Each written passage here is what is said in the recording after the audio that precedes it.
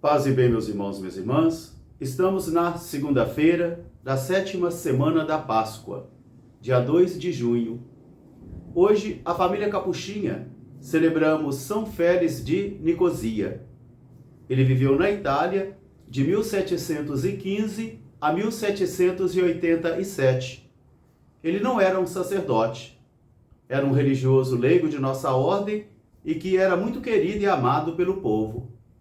O nosso evangelho de hoje é retirado do livro de João, capítulo 16, versículos de 29 a 33. Naquele tempo, os discípulos se aproximaram de Jesus e disseram: "Agora nos falas claramente sem parábola. E por isso compreendemos, e também dizemos que agora cremos que viestes da parte de Deus, e que ninguém mais precisa de fazer pergunta alguma." Jesus então respondeu: "Agora vocês creem e compreendem? Pois eu vos digo que vai chegar a hora, e já chegou, onde cada um vai fugir para o seu lado, e vai me deixar só. Mas eu não estarei só, porque o meu Pai está comigo. E eu vos digo esta coisa agora, para que quando aconteça, a minha paz permaneça em vós. E também vos digo, no mundo tereis muitas tribulações, mas eu venci o mundo." Palavra da salvação. Meus irmãos, minhas irmãs, já estamos contemplando os momentos finais deste tempo sagrado para os cristãos católicos, para os crentes católicos, chamado tempo pascal. Um tempo que começa na quarta-feira de cinzas, ao impor a cinza sobre as nossas cabeças, e onde nós nos propusemos a vivermos um tempo penitencial de 40 dias, observando o jejum, a esmola e a oração. Depois veio a Semana Santa nos trazendo tudo aquilo que sucedeu a nosso Senhor e Mestre Jesus. E celebramos, consequentemente, esta semana, a força da sua ressurreição. E ontem celebramos a sua ascensão aos céus, que é aquele mesmo Cristo crucificado, aquele que padeceu e fora crucificado, ele ressuscitou dos mortos e Deus o glorificou, e ele está sentado à direita do Pai. É a glória do Cristo de Deus. E agora estamos nos preparando para celebrarmos o último momento, que é Pentecostes, a vinda do Espírito do Senhor. Por isso, hoje o apóstolo Paulo, aqui nos Atos dos Apóstolos, ao chegar a uma comunidade, vai perguntar se vocês ouviram falar do Espírito Santo? Vocês conhecem o Espírito Santo? Meus irmãos, minhas irmãs, às vezes parece-me que o Espírito Santo é muito desconhecido entre nós. Nós somos templos do Espírito Santo. Nós somos portadores deste Espírito. O Senhor já não habita mais num prédio feito por mãos humanas, mas Ele habita no coração dos seus, daquele e daquela que acolheu o plano de amor e de salvação realizado em Jesus de Nazaré e que recebeu o seu Espírito. Porém, muitas vezes, este Espírito está em nossos corações de modo adormecido, inerte e inoperante, de modo que ele vai ficando sufocado por todas as forças erradas, as forças de pecados que eu e você vamos abraçando, de tal modo que este Espírito fica inconsciente em nós, porque nós o sufocamos. Não sufoqueis o Espírito do Senhor, dizia o apóstolo Paulo.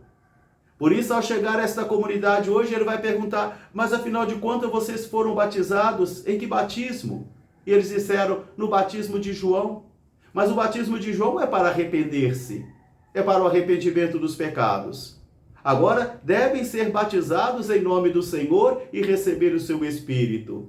De modo que naquele momento, após Paulo batizá-los e impor as mãos sobre eles, eles receberam o Espírito do Senhor. Espírito que traz sabedoria, Espírito que dá a capacidade de discernimento, e Espírito que vai fazendo com que eu e você possamos compreender o mistério do Pai.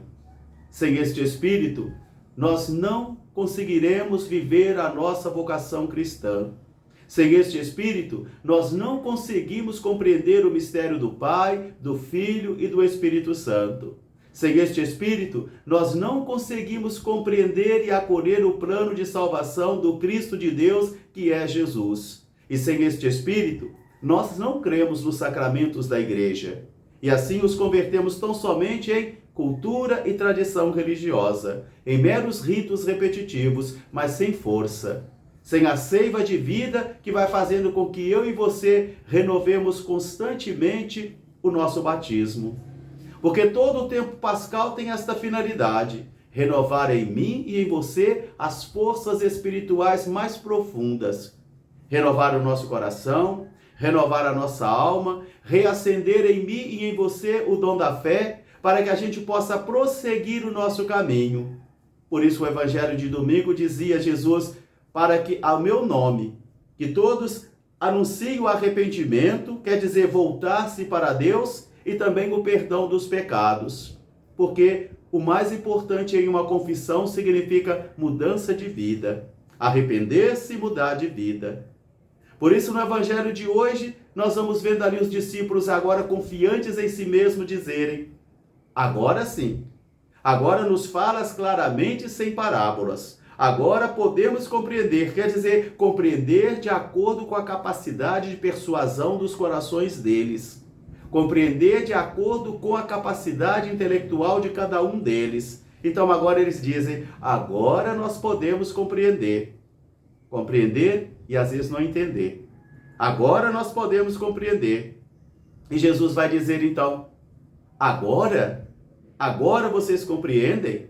Pois eu digo a vocês que vai chegar uma hora, e já chegou, em que vocês vão se apartar, vocês vão fugir, e vocês vão me deixar sozinhos. Porque nós só sabemos se a nossa fé é vigorosa ou não nos momentos de prova. É quando eu e você estamos passando pelos sofrimentos da vida, pelas noites da vida, as incompreensões, as perseguições, os cansaços, os desencantos. É aí que nós vamos dizer se cremos ou não. É aí que nós vamos provar para nós mesmos, porque não necessitamos provar para ninguém. Temos que provar para nós mesmos a capacidade de sermos fiéis. E a fidelidade e a doação está condicionada à capacidade de amar de alguém. A capacidade de ser honesto, de ser fiel a alguém, está condicionada à sua capacidade e intensidade de amar. Por isso Jesus vai dizer: vai chegar a hora, e já chegou, em que vocês vão fugir, vão se apartar, vão dividir e me deixarão sozinhos. Mas eu não estarei só, porque o meu Pai está comigo. Eu sei em quem eu coloquei a minha confiança. Eu sei em quem eu depositei toda a minha esperança. O Pai estará comigo, porque o Pai jamais abandona. Ele estará comigo. E eu digo a vocês isso agora, antes que aconteça, porque no mundo vocês terão muitas tribulações. O Senhor não nos prometeu um cristianismo light e soft. O Senhor não nos prometeu um cristianismo de aplauso. O Senhor não nos prometeu um cristianismo de riqueza e de poder. Porque todas as vezes que buscarmos isto, nós iremos trair o Senhor. Seremos Judas. Por isso Jesus vai dizer: eu digo isso agora, porque vocês terão muitas tribulações no mundo. Às vezes as tribulações pessoais, onde eu e você teremos que travar lutas interiores enormes para poder nos mantermos fiéis ao Senhor. Também as lutas externas contra as ideologias, contra as forças erradas, contra tantas coisas que eu e você também somos seduzidos e temos que lutar. E Jesus diz: no mundo vós tereis muitas tribulações, mas tenham coragem, eu venci o mundo. É o Senhor que nos concede a força, é o Senhor que nos dá o seu Espírito. É a força do alto que Jesus prometeu no Evangelho de ontem: não se apartem de Jerusalém até que tenham recebido a força do alto. Porque o Senhor é que nos mantém firmes na batalha. Um grande fraterno abraço para todos, paz e bem. Até amanhã, se Deus quiser. Sagrado coração de Jesus, fazei o nosso coração semelhante ao vosso. São Félix de Nicosia, rogai por nós, paz e bem.